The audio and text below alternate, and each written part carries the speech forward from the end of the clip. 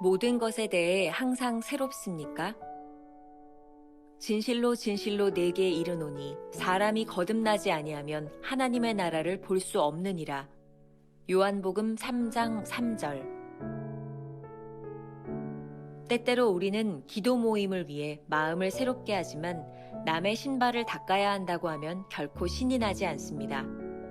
성령으로 거듭나는 것은 실수가 전혀 없으신 하나님의 사역으로서 바람처럼 신비하고 하나님 그분만큼이나 놀라운 사건입니다.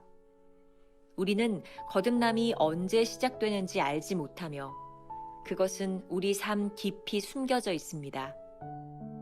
거듭난 생명은 거듭난 순간부터 언제나 영원합니다. 생각과 말, 모든 삶에서 항상 새롭고 하나님의 생명으로서 끊임없이 감격으로 가득 찹니다. 그러므로 우리 삶에 생기가 사라진 영적 침체는 하나님에게서 멀어져 있음을 알려줍니다. 나는 반드시 이것을 해야만 해. 그렇지 않으면 절대로 이 일을 이룰 수 없어. 이러한 강박관념이 들면 이는 침체의 첫 번째 표시입니다. 지금 이 순간 당신의 영혼은 새롭습니까? 아니면 마음이 나누어진 가운데 무언가 해야 한다는 부담 때문에 의기소침합니까? 신선함이란 순종에서가 아니라 성령으로부터 옵니다. 한편 순종은 하나님께서 빛 가운데 계심같이 우리도 성령의 빛 가운데 머물게 합니다. 마음을 다해 하나님과의 관계를 잘 지키십시오. 예수님께서는 우리가 하나인 것 같이 저희들도 하나가 되게 하소서라고 기도하셨습니다. 하나가 되기 위해서 그 둘 사이에 아무것도 없어야 합니다. 언제나 예수 그리스도께 모든 삶을 열어놓으십시오. 주님과 다투지 마십시오. 하나님이 아닌 다른 것으로부터 삶의 생기를 얻으려고 하는 것은 아닙니까? 만일 주님이 아닌 다른 것에 의지하게 될 때 당신은 주께서 떠나시더라도 결코 깨닫지 못할 것입니다. 성령으로 거듭나는 것은 우리가 일반적으로 생각하는 것보다 훨씬 많은 의미가 있습니다. 거듭남은 하나님의 생명으로부터 공급되는 끊임없는 은혜에 의해 우리에게 새로운 비전을 주고 우리로 하여금 언제 어디서나 완벽한 생기를 유지하게 합니다. 주님은 나의 최고봉 새벽 묵상, 오늘 벌써 20번째 시간이 되었네요. 오늘 묵상 제목은 모든 것에 대해 항상 새롭습니까? 오늘 역시 두 가지의 대지를 가지고 함께 살펴보겠습니다. 첫 번째 주제는 거듭남과 새로움. 말씀 묵상글에 신발을 닦는 것에 대한 이야기로 시작을 하고 있어요. 원문에 보면요, 요 말을 사용하는 데 있어서 영어 단어로 fresh라고 하는 말을 사용하고 있습니다.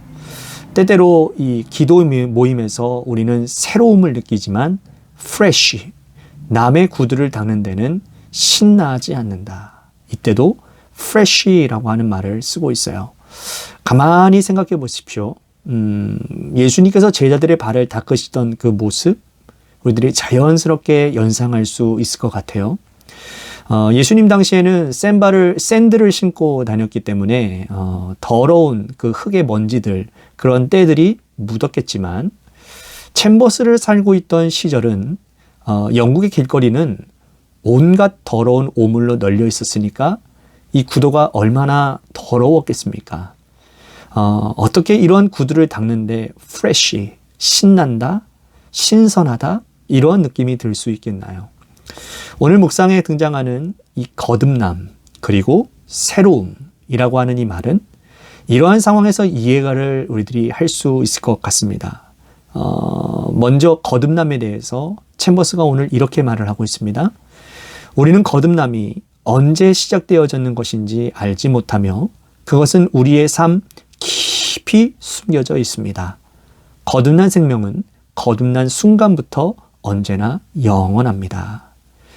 오늘 말씀을 이렇게 이해할 수 있을 것 같아요. 진정한 거듭남이 우리를 영원한 새로움으로 인도한다. 이런 뜻으로 우리들이 받아들이면 좋을 것 같아요. 중국 내지의 선교지의 개척자인 허드슨 테일러의 이야기입니다. 그가 중국에서 선교할 때 한 청년이 이렇게 물었답니다. 신자가 되는데 몇 년쯤 걸리나요? 그때 테일러 선교사는 대답하는 대신에 이러한 질문을 다시 던졌다고 합니다. 램프의 심지가 얼마 동안 불을 붙어야 빛을 발합니까? 그때 청년이 이렇게 대답을 했답니다. 그야 심지가 불에 붙는 순간부터 빛을 내지요. 허드슨 테일러가 청년에게 이렇게 말을 합니다. 바로 그것입니다. 하나님께서 나를 부르시고 구원하셨다라는 것을 깨닫는 순간 새로운 삶의 빛인 그 영혼에서 빛이 타오르게 됩니다.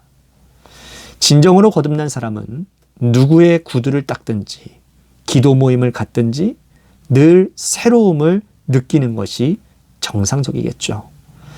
혹시 우리들에게서 이 새로움이 프레시함이 사라진다면 그리고 어느 날부터인가 우리들에게 지루함과 강박관념이 찾아왔다면 그것은 우리가 영적 침체에 빠졌다라는 첫 번째 표식이 됩니다. 우리의 영혼을 점검해야 되는 순간이 오는 것이죠. 영적 새로움이 사라지면 하나님과의 관계도 멀어졌다라는 증거입니다. 챔버스의 말입니다. 지금 이 순간 당신의 영혼은 새롭습니까? 아니면 당신이 마음이 나뉘어진 가운데 뭔가 해야 한다라는 부담감 때문에 의기소침하십니까? 신선함이란 순종에서가 아니라 성령으로부터 옵니다. 한편 순종은 하나님께서 빛 가운데 계신 같이 우리도 성령의 빛 가운데 머물게 합니다. 우리가 여기서 한 가지 짚고 넘어가야 될 것이 있는 것 같아요. 순종과 성령으로 거듭남의 그 관계 말이죠. 성령의 거듭남, 즉 신선함은 우리의 의지가 아닌 전적으로 성령님의 역사입니다. 중요한 것은 이 새로움을 유지해 주는 것이 순종에서부터 나온다는 것이죠. 다시 표현한다면 거듭남으로 우리가 빛 가운데 서게 되지만 순종으로 우리는 계속해서 이 빛 가운데 머무르게 되는 것입니다. 그래서 이 거듭남과 순종은 이런 연관 관계가 있는 것이라는 거죠. 우리가 기억해야 될 현철 목사의 한 줄 노트. 성령으로 거듭난 자의 지속적인 순종이 늘 새로움을 유지하는 비결입니다. 두 번째, 체하지 마십시오. 오늘 묵상의 후반부의 챔버스는 아주 흥미로운 표현을 사용하고 있습니다. 주님과 다투지 마십시오. 사실 제가 이 말이 이해가 잘 되지가 않아서 이 책의 원문을 같이 한번 비교해 보면서 보았더니 그 책에는 이렇게 표현이 되어져 있더라고요. Don't pretend with him. 아마 이런 의미가 더 좋을 것 같아요. 체하지 마십시오. 주님 앞에서 체하지 마십시오. 그래야 오늘 말씀이 잘 이해가 될 것 같습니다. 요한복음 17장 22절에 보면 예수님의 기도가 나와 있습니다. 우리가 하나 된 것 같이 그들도 하나 되게 하려 함이니이다. 요한복음 17장은 예수님께서 이 세상에 남겨질 우리들을 위한 기도를 하고 계시는 것 같죠? 예수님께서 이 땅에 공생애를 지내시면서 하나님 아버지와 하나인 것처럼 우리도 예수님과 하나 되기를 원합니다. 이런 기도인 겁니다. 챔버스가 이렇게 말을 합니다. 하나 되기 위해서 그 둘 사이에 아무것도 없어야 합니다. 언제나 예수 그리스도께 모든 삶을 열어놓으십시오. 우리 신앙의 문제가 무엇인가요? 체하는 것이죠. Pretend with him. 이러한 표현이었을까요?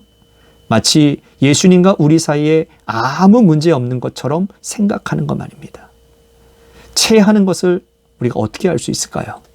하나님이 아닌 다른 것에 우리들의 삶을 의존하려고 하는 시도들입니다. 우리가 하나님 아닌 어떤 것을 의지하고 있을 때 성령님은 우리를 떠나가십니다. 늘 새로움을 유지하는 것은 인생의 큰 축복입니다. 오늘 그 축복을 누리는 저와 여러분들이 되었으면 좋겠습니다. 정채봉 시인의 첫 마음이라고 하는 글이 좋아서 여러분들과 함께 좀 나눠보려고 합니다. 1월 1일 아침에 찬물로 세수하며 먹은 첫 마음으로 1년을 산다면 학교에 입학하며 새 책을 앞에 놓고 하루 일과표를 짜던 영롱한 첫 마음으로 공부를 한다면, 사랑하는 사이가 처음 눈이 맞았던 날에 떨림으로 계속된다면, 첫 출근하는 날 신발끈을 매면서 먹은 마음으로 직장 일을 한다면, 아팠다가 병이 나은 날에 상쾌한 공기 속에 감사하는 마음으로 몸을 돌본다면, 개업날의 첫 마음으로 손님을 돈이 적거나 늦은 밤이나 기쁨으로 맞는다면, 세례받던 날에 빈 마음으로 눈물을 글썽이며 교회에 다닌다면, 나는 너, 너는 나라며 화해하던 그날에 일치가 가시지 않는다면, 여행을 떠나던 날 차표를 끊던 가슴이 띠이 식지 않는다면, 이 사람은 그때가 언제이든지 늘 새 마음이기 때문에 바다를 향해 나아가는 냇물처럼 날마다 새로우며 깊어지며 넓어진다. 성령에 거듭난다라는 게 왜 축복일까요? 이런 의미 때문 아닐까요? 성령님은 우리에게 늘 새로운 비전을 주신다라는 것. 성령님은 모든 일에 대하여 완벽한 생기를 유지시켜 주신다라는 것.